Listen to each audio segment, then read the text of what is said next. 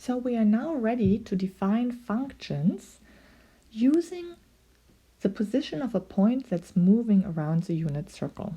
So here in our box, we are going to define the unit circle. So the unit circle is just the term used to describe a circle that has its center at the origin, like in my picture over here, and it has radius equal to 1.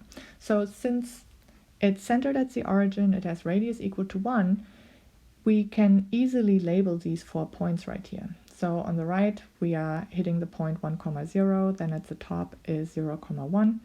The one on the left is -1, 0, and the one at the bottom has coordinates 0, -1. So imagine this is just sitting right in the center of our coordinate system with the x-axis over here on the right and the y-axis over here on top.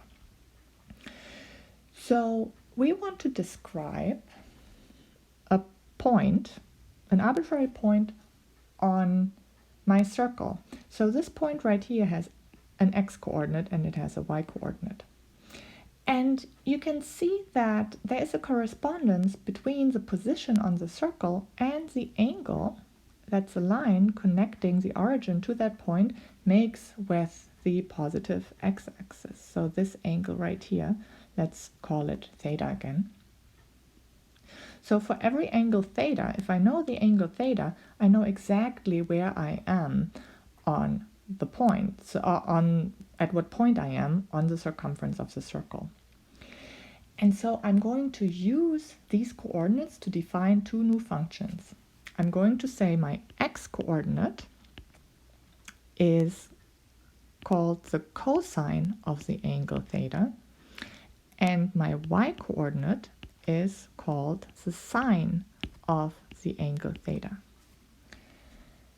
And as theta, my angle, moves around the circle, the x and the y coordinates change, and so the value of my cosine function and my sine function change.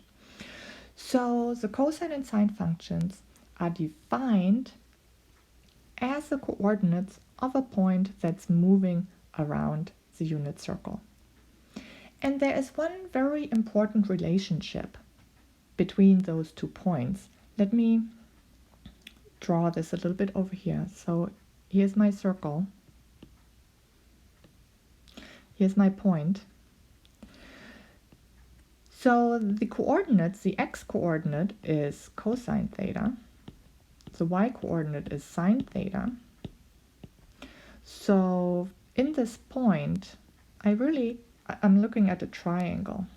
So theta is over here, this angle, and the x-coordinate is cosine theta, and the y-coordinate is sine theta. And the hypotenuse of this triangle is 1. And it's really, I can call that the hypotenuse because I have a right triangle right there. So I have a right triangle that relates the hypotenuse 1 to the 2 legs that have side length cosine theta and sine theta. And you may remember from a previous course that in a right triangle we have the Pythagorean theorem. So if we have A, B, C, the side length, the 2 legs are A and B, and C is a hypotenuse in a right triangle, then we have A squared plus B squared is equal to C squared. That's the Pythagorean theorem.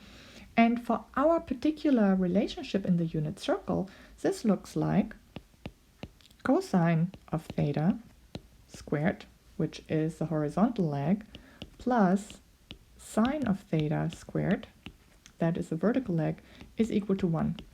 And that is true no matter where we are on a point on the unit circle.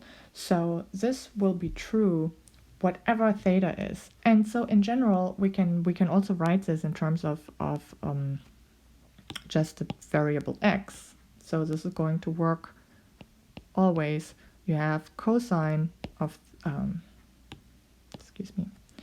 we have cosine x squared plus sine of x squared is equal to 1.